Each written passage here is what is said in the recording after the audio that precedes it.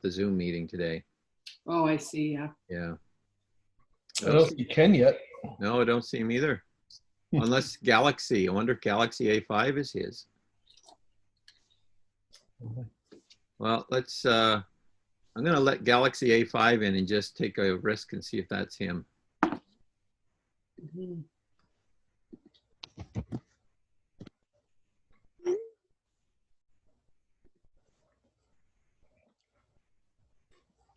It's after 2 anyway, so Yeah, it is. there's I see Kenneth's iPhone. Ken just joined the waiting room. Oh, okay. Mhm. All right. I'm going to put Galaxy A5 back in the waiting room. Let's Peace out. Ken's iPhone. Let's let Ken in. I'll message everybody in the waiting room. Right. Hi, Ken. Can you hear me? Hello. Hi, Ken. Hi, Kevin. How you doing? Good, good. Good. So I've got two on the call at the moment with me. Jim Malloy and Rebecca Harnham. They both work with me in the office, and they're going to help me, manage all the background controls on this while Okay. we're on the call. Yep. And Great. we're going to take our questions through the chat as they come in. But I'll start off with just a couple of questions to get us going. I'll introduce you. Sure. Okay. And then we'll have a couple of questions just to get things warmed up. And then hopefully we'll have some good interaction with the people that are on the call. So our approach here, I think we'll try to do most of the questions through the chat. And then if it gets quiet, we'll open it up. And some may feel easier just talking their questions. Okay. Okay. Sounds good. Yeah. One question for you. Are you comfortable with us recording this and sharing it with the rest of our pastors who don't get to the call today? Yeah, that's fine. If there's anything that needs maybe some further, how sometimes when you're talking about something, you're trying to give the succinct answer, but sometimes there's some background information, Right. Or you might want to clarify things. So I always, whenever we put information out there for churches and charities, we're extra cautious to be really clear about the answers. There's always kinds of exceptions, or when you say something, it's kind of like giving license, and people sometimes run with things Right. without necessarily having the context. So if there's something that we get on the subject where it might require maybe even a follow-up from your end to people who've called in, just to give the full information, but I'll try to keep mindful of when we get on a subject where it doesn't lend itself to a one-liner type of thing. Sure. Yeah. Okay. Fair enough. No, that's great. That's great. Yeah. And any qualifiers you want to put out there to the whole group would be, certainly helpful. Okay. We can always edit out things too if we need to. If something comes across that's risky, just with the context, we can trim it. I try to be really careful in what I say, but just sometimes I kind of realize afterwards, you know what? We didn't have enough time, or we got off on a tangent and didn't really hit it as well as we should have. So that's the only thing.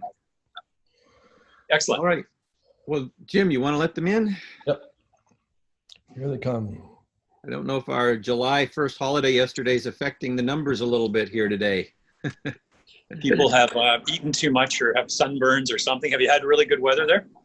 We had a beautiful day yesterday and nice today as well. Yeah. Yeah, we've had a 4 or 5 day stretch that's just been gorgeous. So. That's great. Yeah. Well, hello, everyone. Good to see all of you today. Beautiful afternoon when you all wished you were sitting on the deck instead of in your office or house or wherever you are today. Yeah. That's great. There's still a few connecting here. Yeah, we'll give a few moments for people just to get landed. Terrific.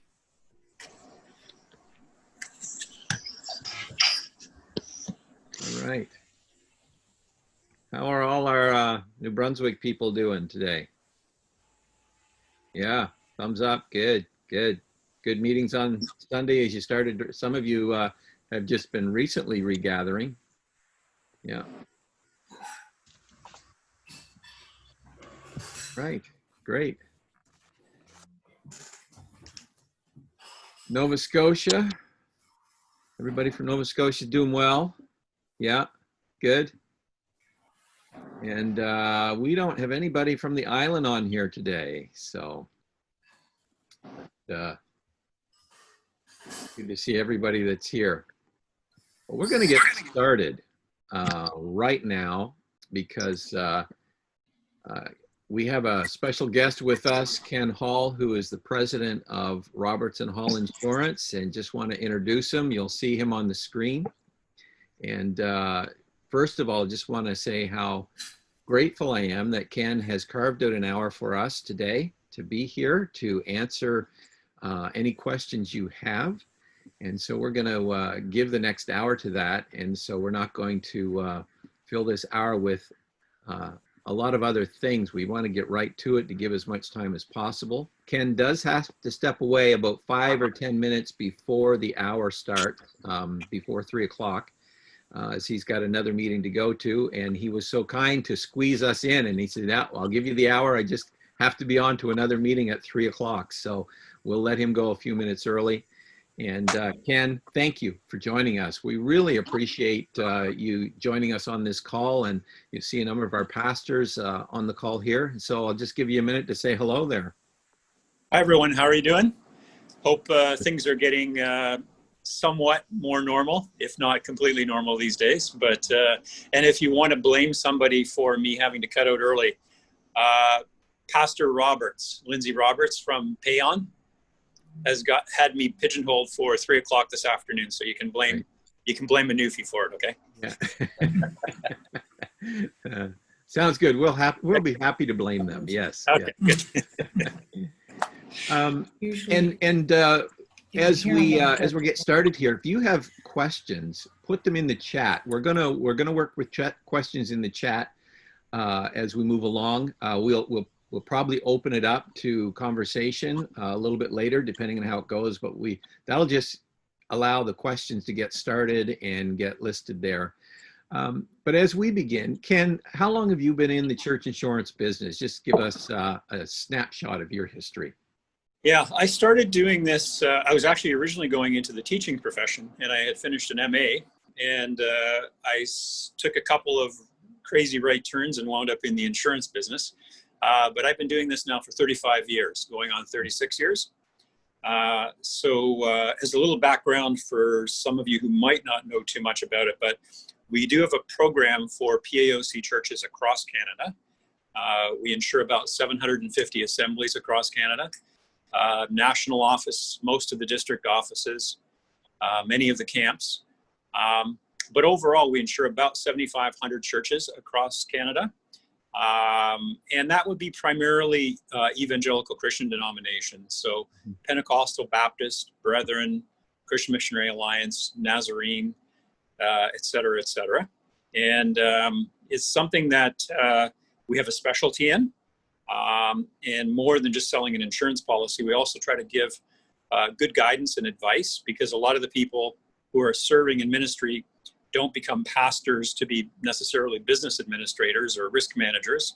And there's lots of good people on boards that are volunteers that need direction sometimes on things. And there's not sometimes a lot of good translations or interpretations for the not-for-profit or charitable world when it comes to legal liability issues and risk management materials. So we try to really customize that for our clients to give them some good guidance.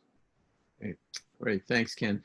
And you've certainly served us well when churches have claims, and I know that I think you insure the majority of our churches for sure, and I think about 75% of the PAOC churches across the country, somewhere in that neighborhood. So yeah, that'd be correct. Yes, you got it. So having you on the line here is fantastic for us, because we can talk to somebody who's knowledgeable and help us as we all navigate regathering and reopening our buildings as the health regulations are lifted. You mentioned last week this has been a very busy time for you, and I think we're all on our toes right now. So let me jump in with just a question here.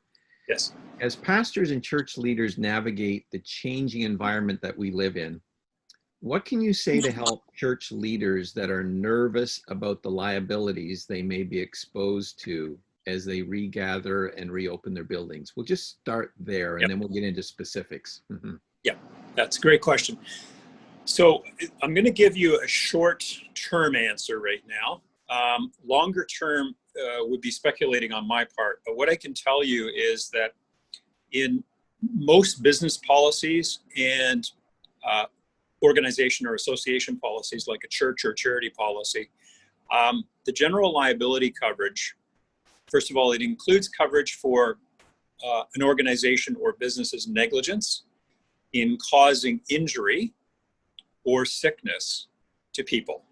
In other words, again, liability is always based on negligence. Somebody's holding you responsible, and that means that they're threatening to sue you or they've actually sued you.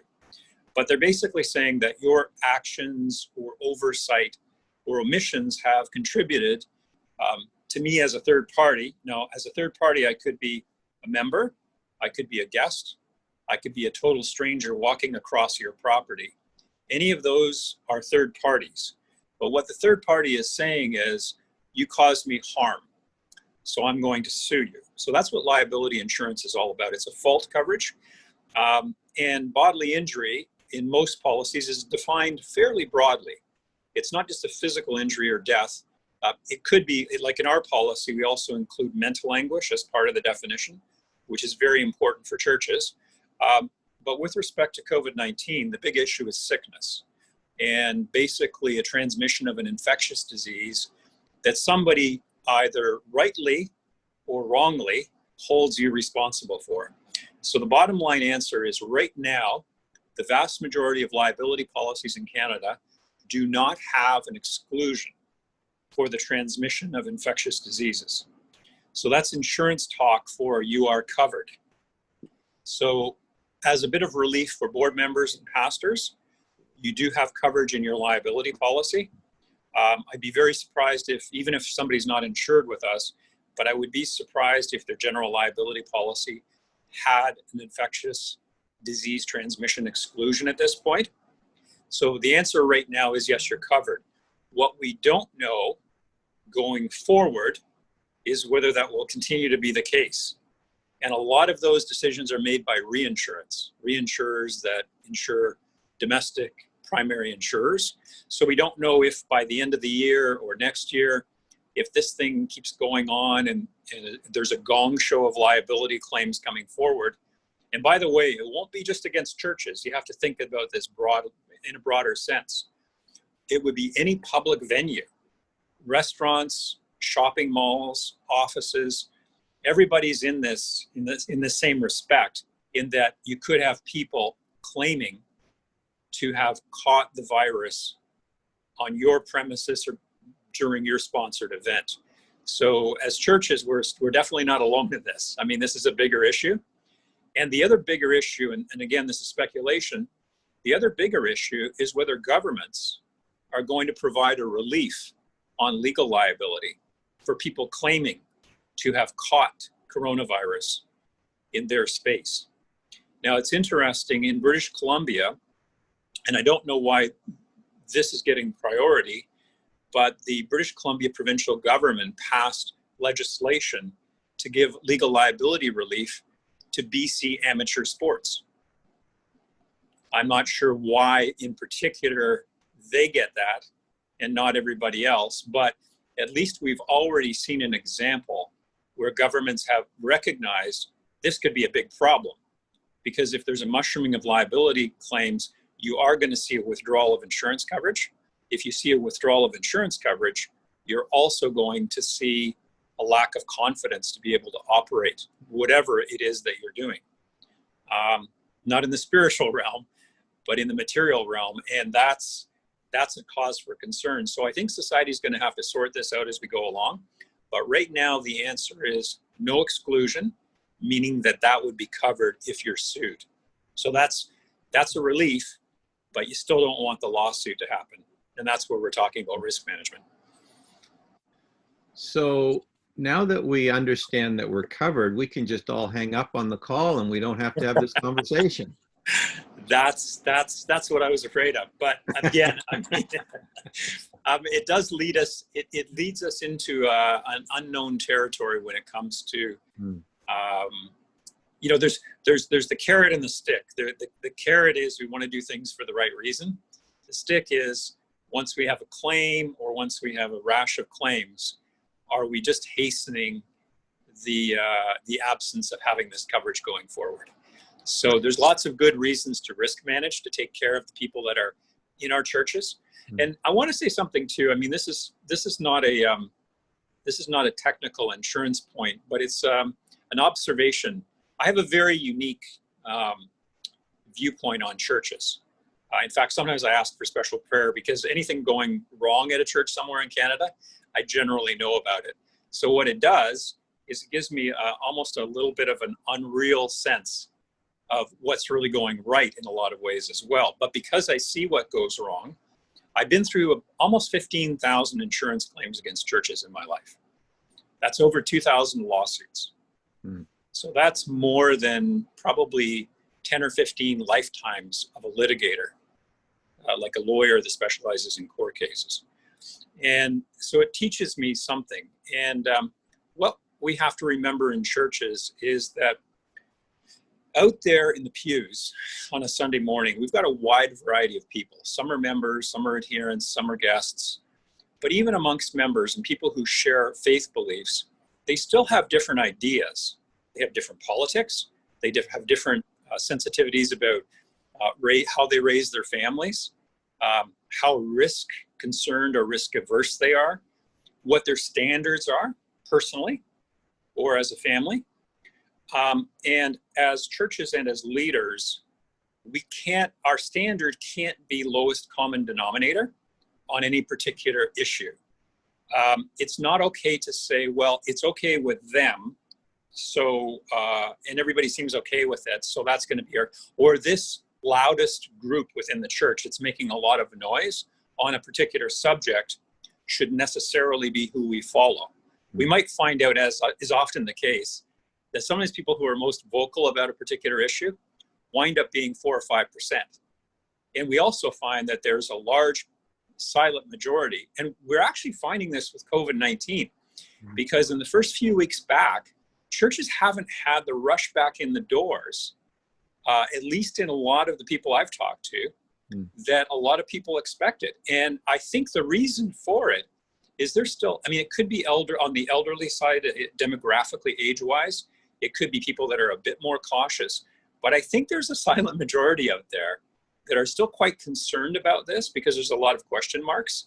And I think our diving back in and with this idea of we're doing this in faith, or, you know, there's a lot of people making a lot of noise about this, so we better do it.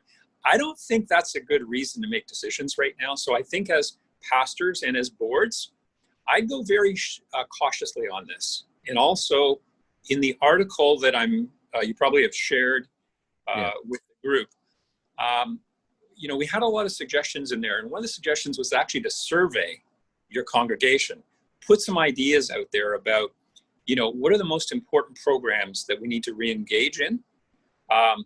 Let's not assume we know what they are, but let's talk about it. Let's see, float 2 or 3 ways of doing something, and let's get some feedback from people. You might be surprised, but I think you'll be hitting the mark better. Not only will it be safer, but I think you won't make the mistake of assuming that the 5% that are the loudest were necessarily anywhere near the majority of how people are feeling out there. So it's just a suggestion. Mm-hmm. That's great. That's great. Yeah. When we were on the call last week and we chatted, you said something that stood out to me, and it was along the lines of we're leaning towards civil disobedience. That came up in our conversation. Yeah. And I thought that might be an interesting point just to mention here, as although I don't know that churches are necessarily there at this point, we do have a lot of angst going on. We have a lot of tension, polarization happening, even within congregational members. Yeah. And different views that are out there, some extreme views on certain issues.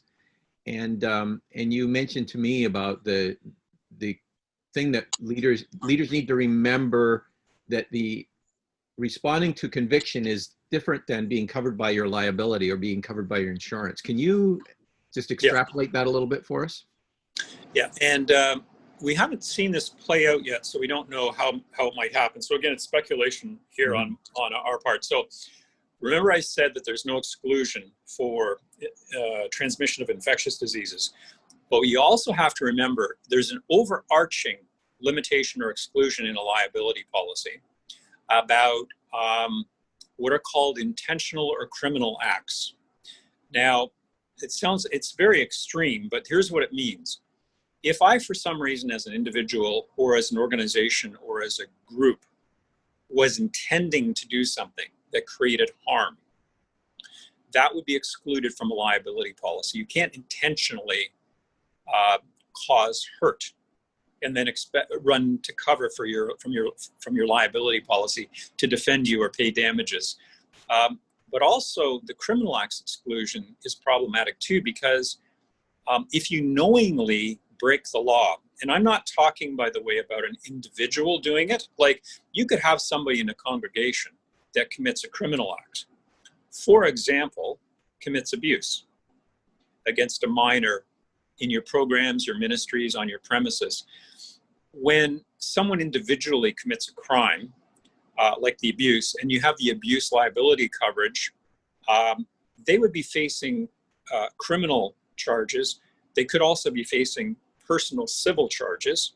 But then, of course, the organization could be facing a civil liability suit.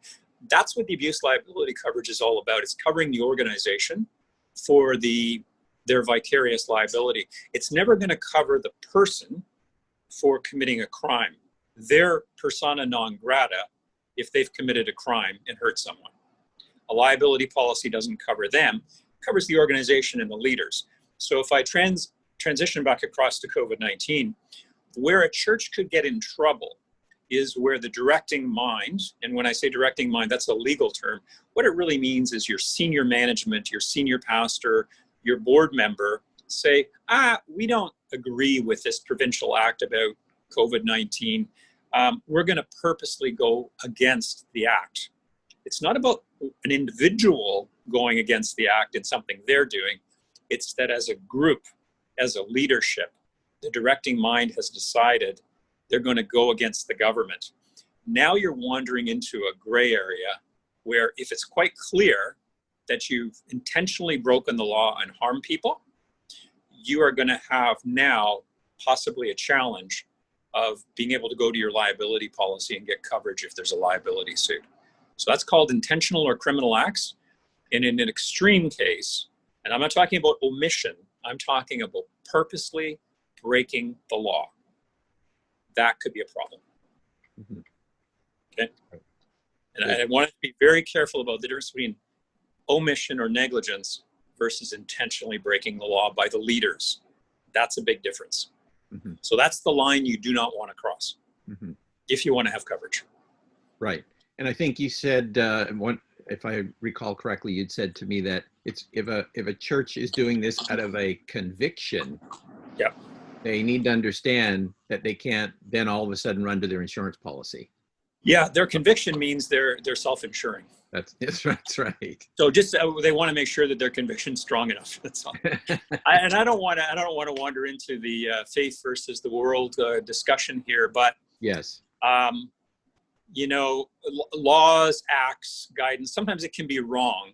I haven't sensed at all in any of the provincial legislation that I've seen so far that it's in any way been, like, even regionally, for example, in the city of Toronto, like we're in London, so we're in a smaller city, but even in looking at Toronto, I haven't seen any sign of any sense of being punitive against churches or charities or anything. I think what people need to understand, let me give a little background, because I do have some good information that I get. I should explain,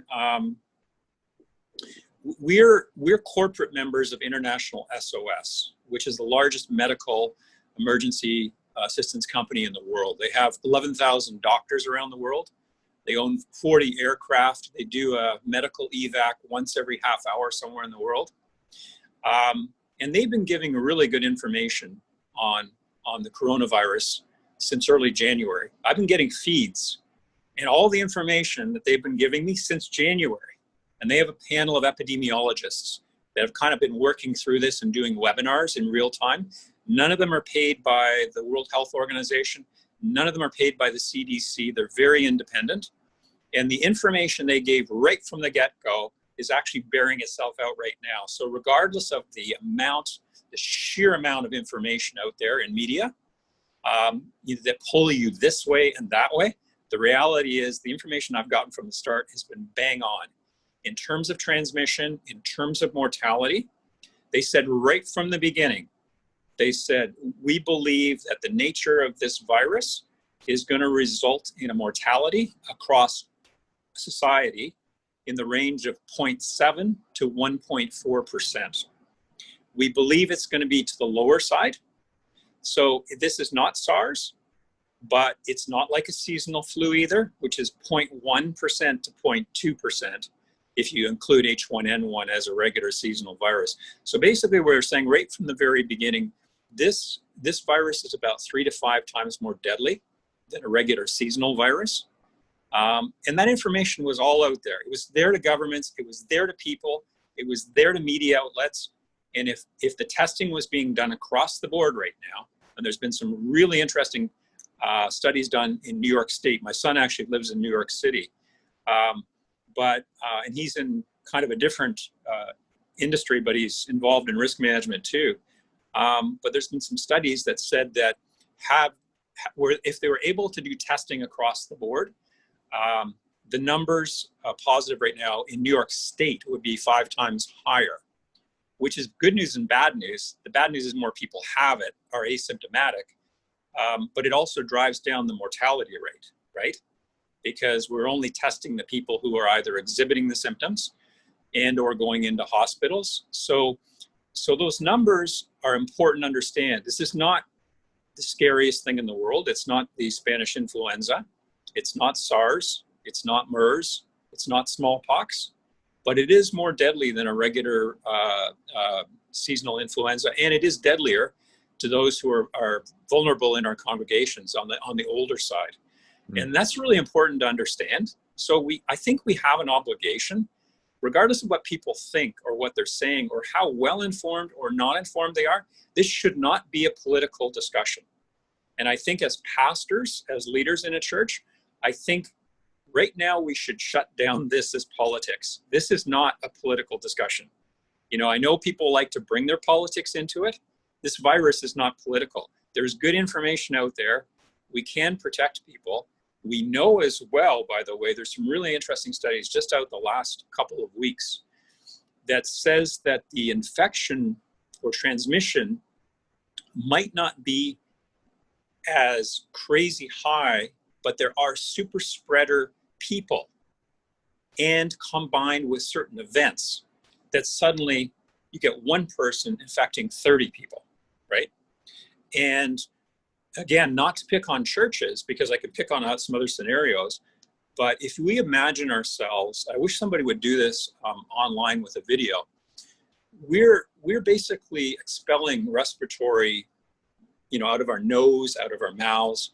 The 2 meters, 6 feet is basically saying in a normal conversation, we're not shouting, we're not sneezing, we're not coughing, we're not exercising, we're just talking normally. It's generally pretty safe. But then as soon as we start sneezing, coughing, if we're at a gym exercising or really, we're throwing stuff out, suddenly, sneezing, we basically spread it further. And I know the challenge with churches is worship service and singing. But the reality is, if we get the wrong person in the congregation in that window where they are basically infectious for that 2 or 3 days where they're really infectious, they could spread to a lot of people very quickly. It's happened in choir practices. It's happened in church services. I mean, it's happened in people's birthday parties at home. It's happened at gyms. Bars are a good example. There was a bar, this is a funny comparison, but you'll see the connection here in a second. There was a bar in East Lansing, Michigan, where I guess there's like 170 people who've got it. And because they reopened it, right? But they're at a bar, they're shouting at each other, they're in close quarters, right? So this is what spread it. So as churches, we're not bars, we're the opposite of that. But what we have to understand is the same dynamics are there. If we start allowing people to become gathering close, singing, singing loudly next to each other, gathering together, and we get the wrong people there at the wrong time in the infection where they're very infectious, we could quickly have dozens of people infected. So again, I'm trying to not make this political. I'm just saying there's some basic things that we can do, and we need to communicate to our people, and we need to reinforce it through things like signs, message, like announcements from the pulpit, maybe even doing a little bit of a welcome back video to people, just saying, hey, it's great to have you back in the church. We're doing church a little different, at least for now, till we figure this thing out. But almost creating some expectations so that there's a buy-in with people, so that you don't put your ushers in a difficult position on a Sunday morning. People are coming in, they suddenly go to this. And I've seen this even with professionals and doctors. They go, oops, I forgot, I'm not supposed to do that, right? But it's just that we're so in the habit of doing things. And I think when we go back into the church, it's about connecting. It's what we do as churches. We connect with our communities, with our congregations. We're shaking hands, we're hugging, it's contact. And it's, I think the more that we can get signs out and even a video out to congregations in advance, just saying, we're trying to protect you. We need to do this. It's one thing to say, well, you don't care or you don't think it's a problem, but we got a lot of people in this church that are vulnerable. And we need to do church a little different for a while until we get this thing figured out. Right. Because you're valuable to us.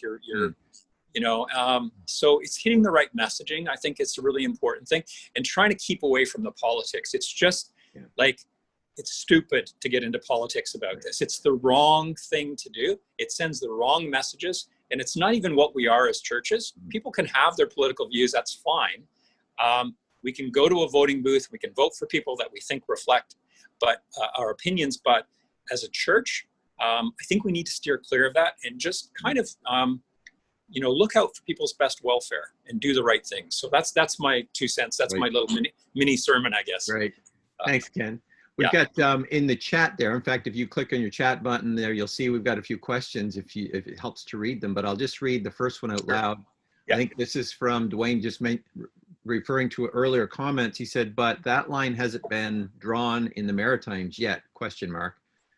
What Ken is saying is that until the provincial Department of Health legislates, we cannot meet publicly, we're good. Am I understanding this correctly?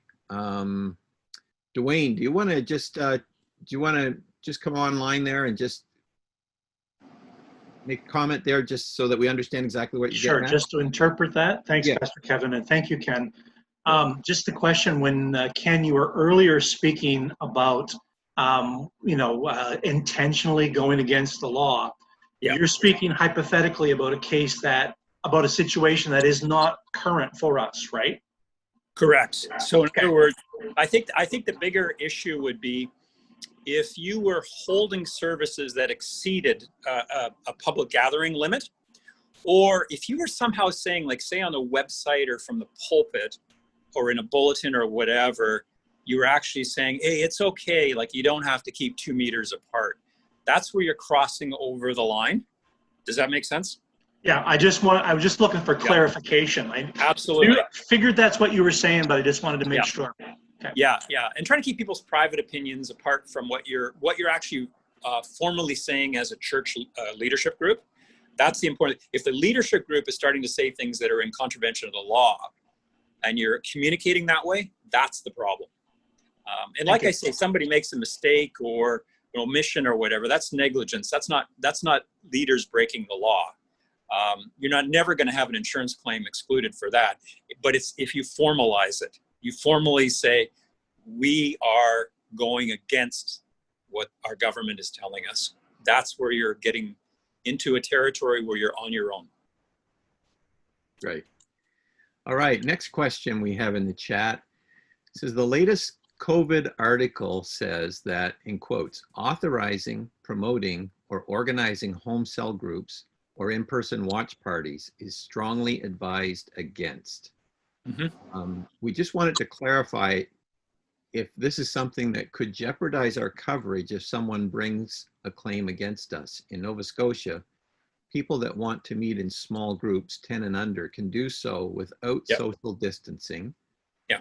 Before this recent, I'm not sure what that is. We have started to, before this recent release, we've started to encourage gathering to watch church together, knowing that many need the community and some are already getting together with one another in these small bubbles. So in Nova Scotia, they've told us you can meet with absolutely under 10. So yeah, and that's a really good good question. I'm glad whoever's asked that question has asked it. That's an excellent question, and that actually underscores the difference here. So absolutely, a cell group, a home watch party is not breaking the government guideline or act. Absolutely. So there would be coverage for it. The reason that we put that communication in there is that we would consider it maybe not wise for churches to necessarily formally sponsor or arrange the watch parties necessarily. Like, in other words, having your leaders organize it. The reason that we say that is there's no way of knowing in a household whether people are entering into a safe environment. Like, who else is in the household? Are there people that have been exposed? Are there people that should be self-isolating or self-quarantining? You know, are the hosts responsible people in terms of trying to maintain the distancing? So the problem it creates for you as a church is simply this: you can't really control it. Like, you can't monitor or control the safety that people are going to. And yet, if you call it, this is a sponsored activity of our church, and you're communicating it that way on your website, you're saying, yeah, this is our program, this is our event. Then people go into a home, find out there's somebody that they should never have been exposed to. Then that's almost like a slam dunk when it comes to legal liability. If somebody gets it, is permanently impaired because of it, or dies. And yet the church leaders didn't really have a lot of control about the circumstances of it.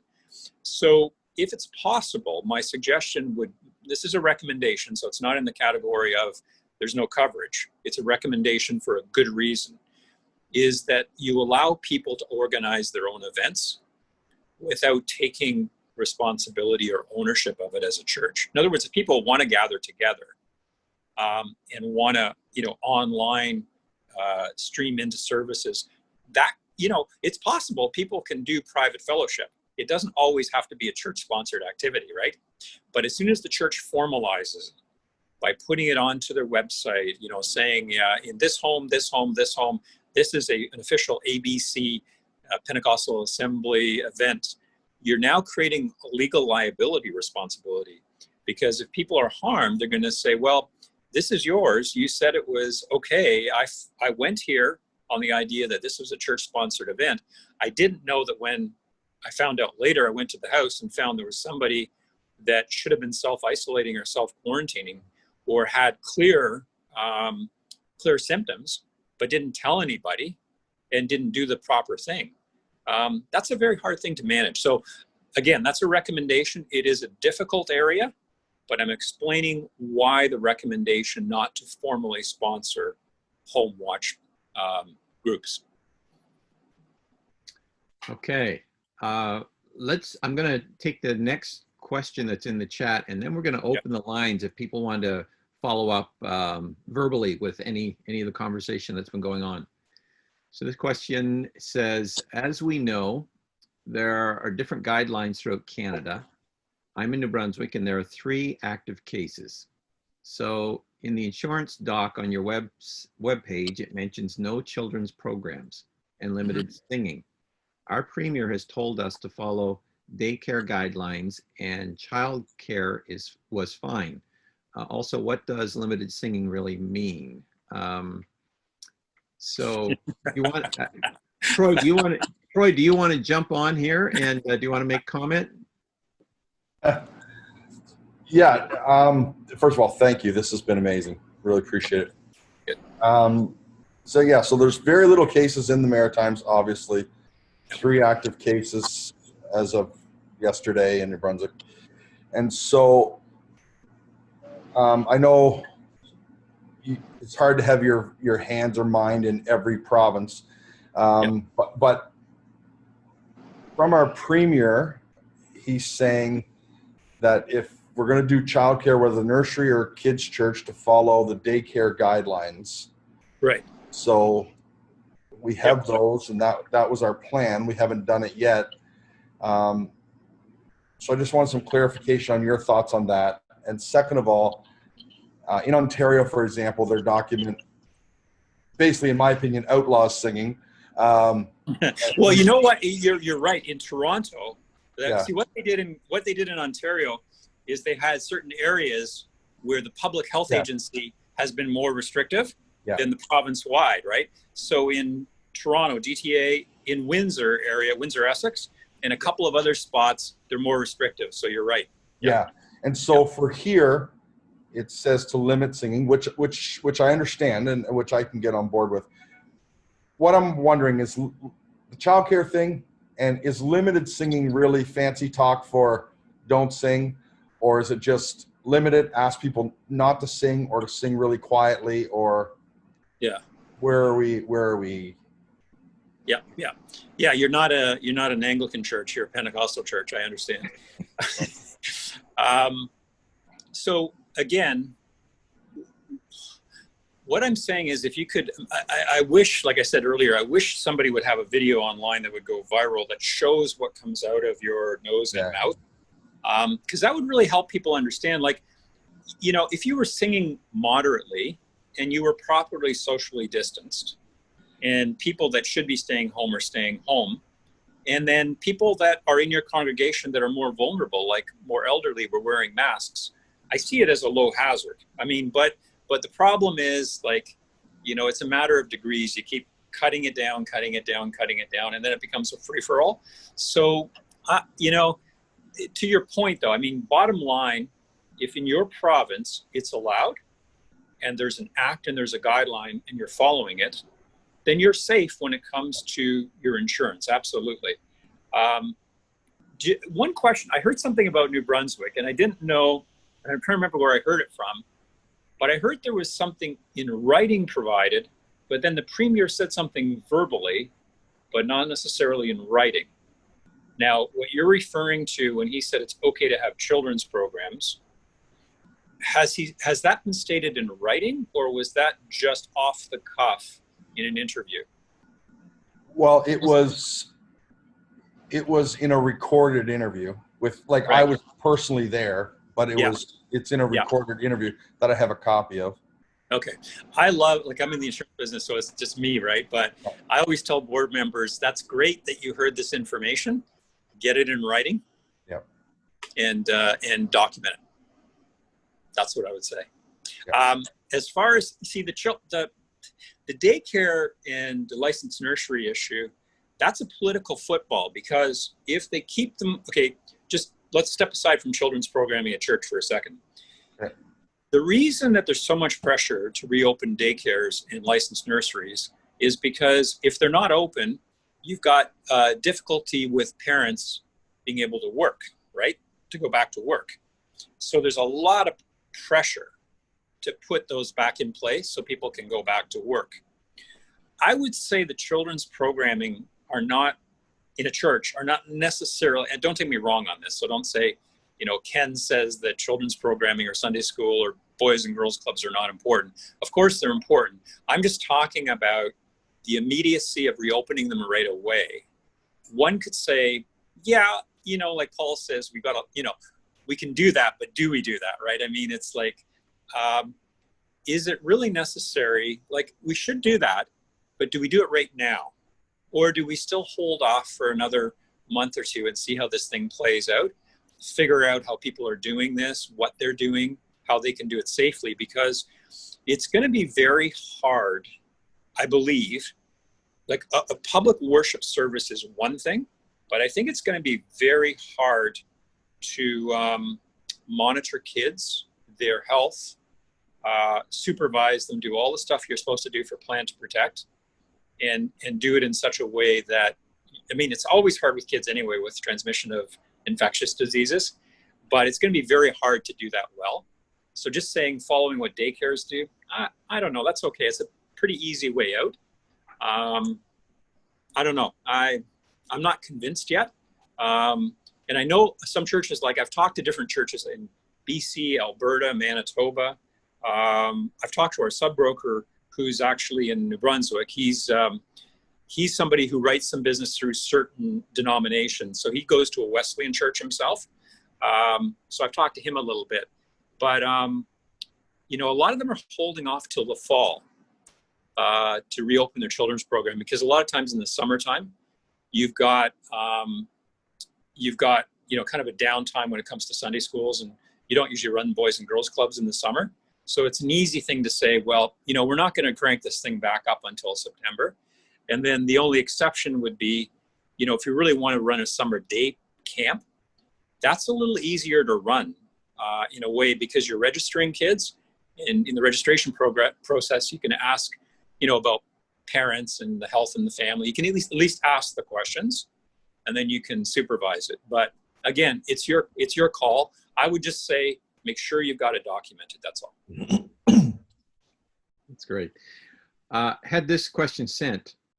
Where do we stand with our insurance if we decide to allow congregational singing and yet the health guidelines do not permit it?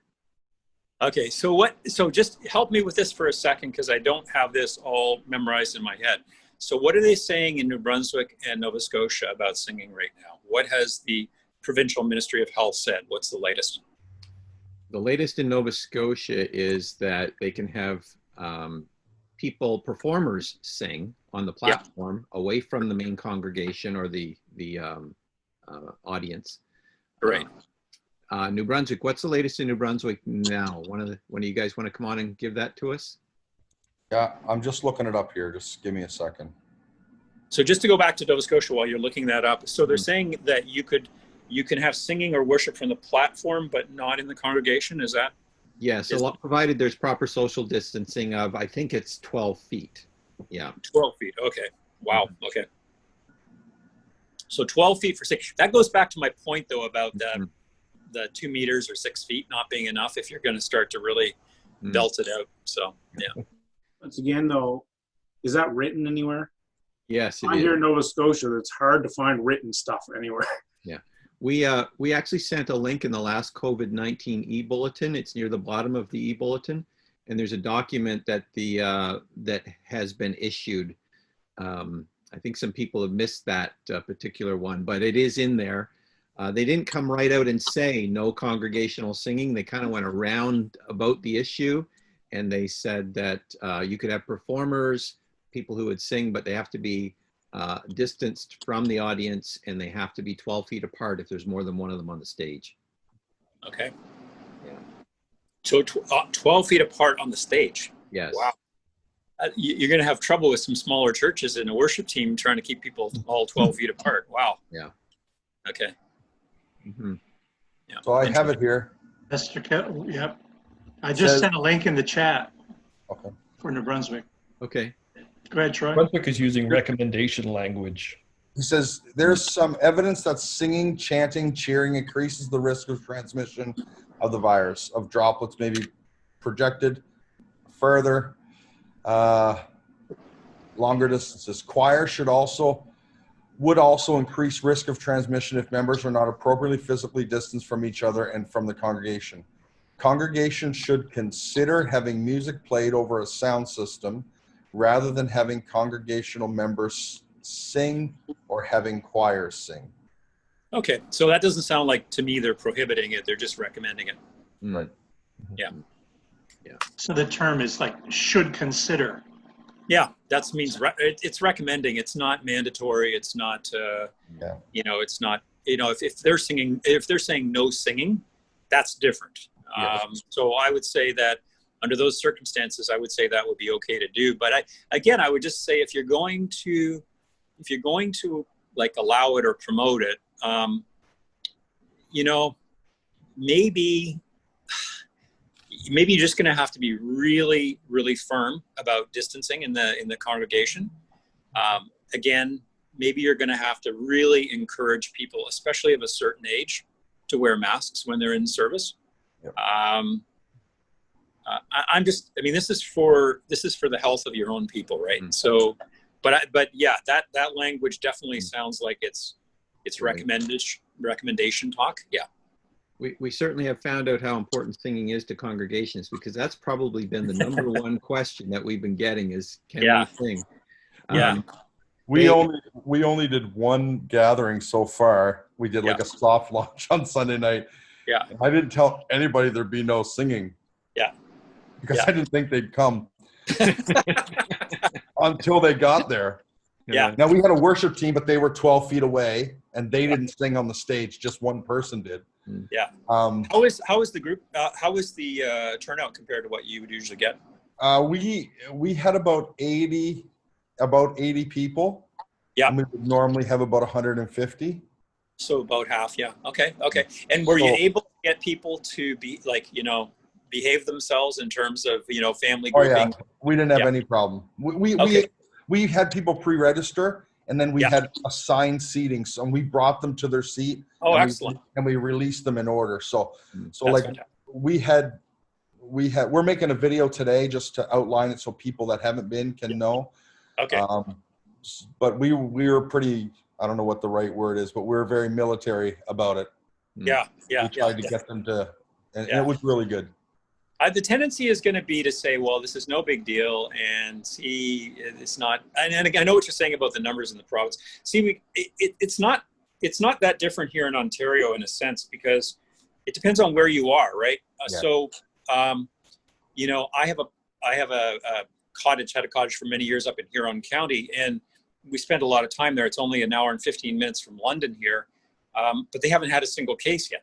So you know what I mean? It's like, I get what you're saying, because, here's a government trying to give out rules and regulations, and at the same time recognizing the fact that you've got different realities. But again, it would be a shame to just drop everything, not have any standards, and have a huge outbreak in a small church in a community. Oh my gosh, That'd be terrible. Yeah. Ken, we've got about a minute left, and I know we've got to let you go. I just want to, is there anybody who's got a question that has not been dealt with that's on your minds here on the call? And I have maybe a little more away from the practices, but an insurance question.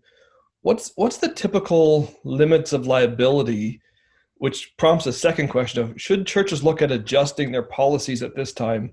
So for example, if somebody files claim, it's $500,000, mm-hmm. and then there's another person that's $500,000, and a third and a fourth and a fifth. What's the typical limits of the liability in those cases? And is there a minimum that churches should have in order to, in this season or outside of this season, and should people go back to their policies and have a look and see, make sure you have at least 5 million or? Yep. That's a great question. So because sometimes you can get an aggregate of claims. So the limit of liability isn't per person, it's per claim or even for a whole policy period. So if you get an aggregation, like many people suing or many people hurt in the same accident, that's where the problem comes in. So I'll try to make this brief because I do have to scoot, but I will say this. Our minimum liability limit in any of our churches across Canada is always 5 million general liability. We do have this great option. So some of you may have taken advantage, some may not. But it's called umbrella liability. And basically what it is, it's an excess form of liability. It goes above your general liability. It can give you an extra $5 or $10 million of coverage. So in our churches in Canada, they range from a minimum of 5 million. We have some churches that carry 25 million. But we do have a very affordable, and I'm going to try not to sound too much like a salesman, but it is really a no-brainer. Usually umbrella liability in the insurance industry costs a minimum of $1,500 or $2,500 a year, which is not affordable for a smaller or medium-sized church. but we got the reinsurer on our program to suspend the minimum premium for smaller organizations such that a smaller church can up their liability to as much as from 5 million to 15 million for as little as $300 or $400 a year. That's a no-brainer. I mean, that's an amazing value to have a higher limit. Now, will it ever happen? Who knows? Our two largest liability claims, though, against churches have been small churches. One in the interior of BC, where there were 2 people killed and 2 people permanently and seriously injured in an auto accident in a personal vehicle being driven during a church-sponsored activity. And the other was a small church who sent a mission team to Dominican Republic and had a teenager there injured and resulted in paraplegia. And that the first claim in BC was 12 million. The one in the Dominican Republic was $16 million. So big claims do happen in small churches. I can tell you that right now. It's like lightning striking, but the umbrella liability, whether it's related to COVID-19 or anything else you're doing, youth programs, short-term mission trips, whatever, taking, organizing people in cars for rides, you do have a risk for sure. Ken, this has been fantastic. I know you have to go. Yep. I want to thank you for being here. I know you're a believer as well, Yes. and it's wonderful to have somebody who really understands what the church is all about. If I can just be really quick in a summary, what I'm hearing is follow the government guidelines, just, be wise, and you're not going to have insurance concerns if you do that. And that there is no exclusion on the coverage that we have, that we're covered if there are things that will come up at this particular time. But I think you've satisfied us with some good responses to the questions, and hopefully that's been helpful to everybody on the line. So thank you. Blessings to you. Thank you very much. All the best, and hopefully we'll be closer and closer to normal soon. Yeah. Okay. Thanks, Bye-bye, Bye. Ken. Thank you. Thanks. Thank you very much, everyone. Thanks. Well, everyone, hopefully that was helpful for you. We've got a few minutes. If there's any just sort of kind of reflection, comments, thoughts, or even anything that you feel that you wanted to ask and didn't get to, we could follow that up with a follow afterwards if that is the case. But observations or comments? I guess not so much about this specifically, like as far as Robertson Hall, but in Nova Scotia, anybody else just stumped as to figure out how to mitigate between the shoulds and the musts in our guidelines? Because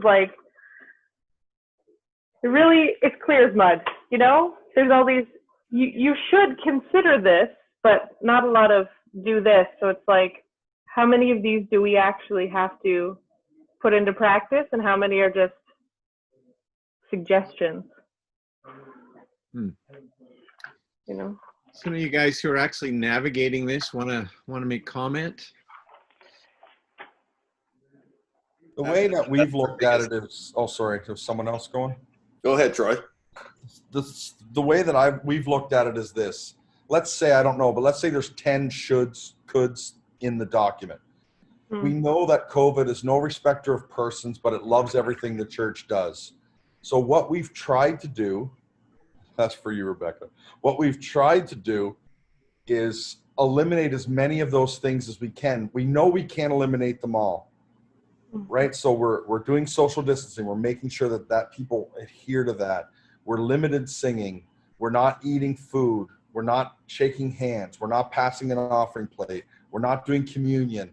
We're eliminating as many as we can. And I think all we can do is mitigate as many as we can. If we go in and continue to do everything that we've been doing, we're asking for trouble. But maybe there's one or two of the things that are really essential to your gathering that maybe you don't want to mitigate. But if you can mitigate the other 8, I think you'll have done a good job. And that's what I kind of think. We had some people that just got so frustrated on Sunday that they just put their mask on and sang, even though they didn't want to. You know what I mean? They just were like, I don't want to wear a mask, but I'm like, you have to have one with you. And halfway through, they're just put it in their face so they could sing. And I think we just have to do our best. I think that's basically what his call boiled down to today. I was really surprised that there wasn't more musts. Like, there's so many shoulds. There's barely any musts. I was surprised there wasn't more because I remember on the call with, I can't remember now, but Dr. Strang was on the call. And at that point, I think Alberta was like the only one that had regulations out yet for faith gatherings. And Dr. Strang said he like really loved the Alberta one. So I was actually expecting that we would have something more like that, where like it was like no singing, no childcare or kids programs, like all that stuff. And so there's so many musts. I'm just like, all right, where do we go from here? Dr. Strang has used quite a common sense approach. So it really is knowing the sensibilities of your own particular situation and the people that you're ministering to, their sensibilities, and reading them and what they're okay with and what they're not going to be okay with. Doing that survey is really important. But some of what they're doing, in my view, because Dr. Strang is also a believer, he's kind of trying to give the freedom that he can give to the faith-based groups to do what they need to do without giving them any instruction, or at least giving them rules. Giving them instruction or advice is one thing. And he's done that fairly freely. Like, you really shouldn't sing, and you really shouldn't, but he hasn't ordered it. So I kind of take it in that sense that he doesn't want to bring in any extra rules other than here's your limit of number of people. Here's how to move them in and out of the building. Here's what they should do in the sense of making sure their hands are washed and all that kind of stuff. So I think that's really all you can go with as far as rules. Is those suggestions I'm kind of reading as rules, to be honest, personally, when I'm seeing them. So, but that's for each individual leader, I think, in that sense, to kind of work through with their board, work through with their people, hear from their people, get some feedback, and kind of go forward that way.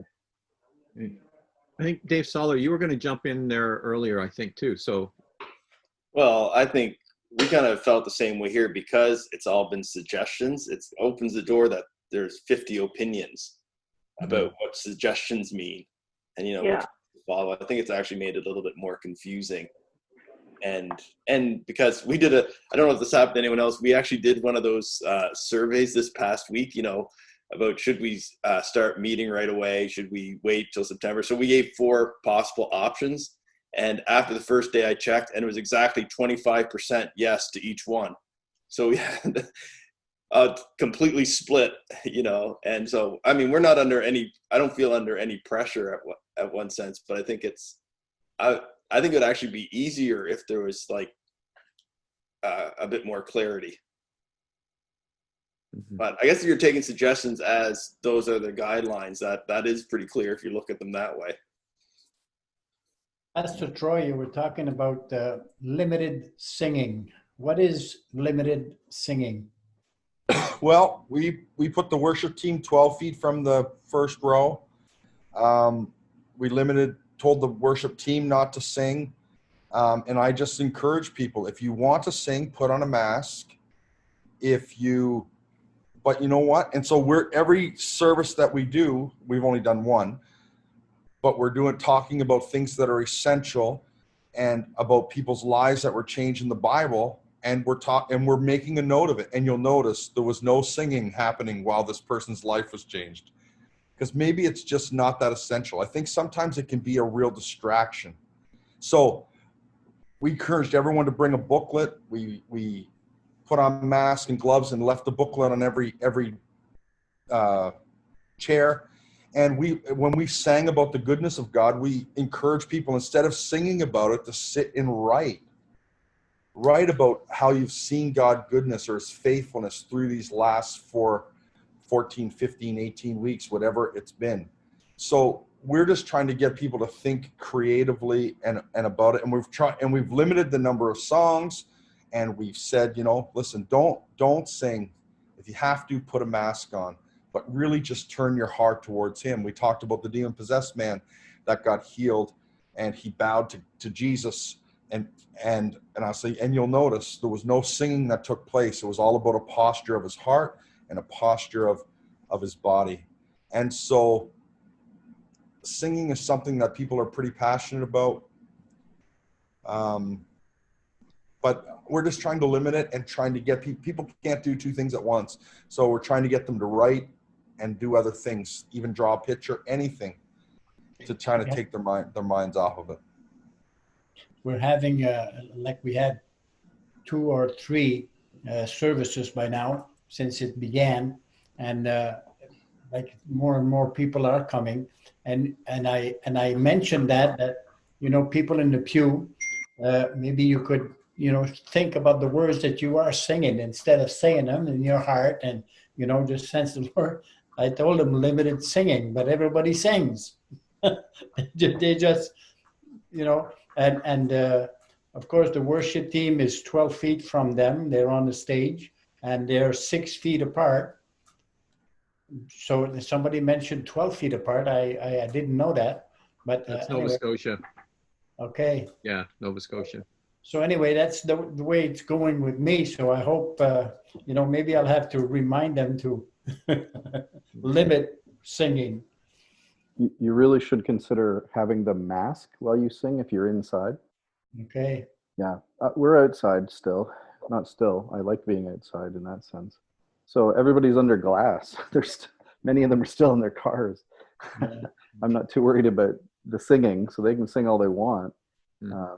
But if they were inside, I would definitely be saying you either sing with a mask or you don't sing. You can stomp your foot and hum just as easy. So one or the other. Good point.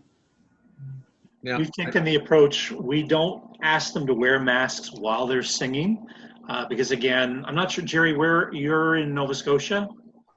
Yeah. Yeah, see, we've had no, like, we've gotten away really well here in New Brunswick, so there's been no active cases in Fredericton for a while. We're just trying to keep all the Nova Scotianers and Quebecers out. So we sing, but we've shortened it down. Troy, you said like shorten it. We're setting kind of a time frame. We say 10, 15 minutes max for singing. So whether you can sing 4 songs in that time frame or 1, we just really have condensed it that way. So yeah. No fans, no air conditioners blowing like that. We've tried to minimize that too. Think of that, which makes it bloody hot in the room, but it's better for that than having it all blow around. I got to run, but the last thing about that, I think actually the air conditioners actually should be running higher. According to the doctor from Northwest Territories, they said the quicker the room air circulates, the better. The problem is stagnant air. So they said windows open, doors open, or air conditioning circulating your air in and out at a faster degree. So we're actually setting our air conditioning colder for that reason. It doesn't necessarily need to be colder, just means to be higher. Well, it's summer, so we're not going to set the heat. Because it'll dry the air out as well, right? Your air conditioner. So it's we're only here for 50 minutes, so they'll be okay. Okay, that's the first time I've heard that, and I would kind of think that would be like what's the word I'm looking for? Exacerbating or making worse the whole thing of spreading stuff around that. It's the doctor from the Northwest Territories from you can go to the Evangelical Fellowship of Canada Facebook page and watch it. She talks about it extensively again today, as well as the call that I was on last time. And she said problem with a lot of older churches is that they don't have good ventilation or air movement. So doors open, windows open, air conditioning or fans rotating like not fans like blowing dirt around, but actually pulling the air out and recirculating in is actually beneficial. So it's up today. You can watch it, Dwayne. I got to run. That's great. That's good. Good piece. Well, everybody, this has been great. It's been great. Hopefully it's been helpful.